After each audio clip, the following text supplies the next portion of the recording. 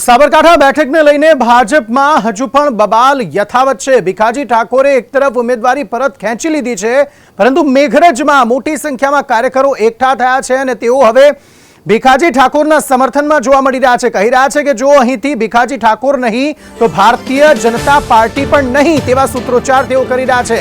સમર્થકો બેનરો સાથે વિરોધમાં ઉતરી આવ્યા। ભીખાજી નહીં તો ભાજપ નહીં, તેવું સમર્થકો કહી રહ્યા છે।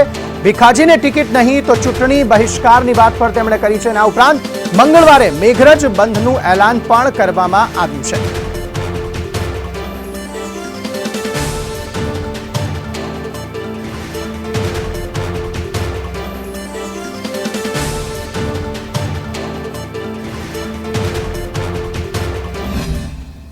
મંગળવારના રોજ જો આ ટિકિટ પરત નહીં આપી શકે મંગળવાર કાલ સાંજ સુધીમાં, તો મંગળવારે સજ્જડ મેઘરજ બંધ રહેશે। કોઈ વાહન વ્યવહાર ચાલુ રહેશે નહીં। તમામ દુકાનો, તમામ પાનના ગલ્લાથી માંડી અને દૂધ પર શાકભાજી સદંતર સ્વયંભૂ બંધ રહેશે। મંગળવારના રોજ જો આ ટિકિટ પરત નહીં આપી શકે મંગળવાર કાલ સાંજ સુધીમાં, તો મંગળવારે સજ્જડ મેઘરજ બંધ રહેશે।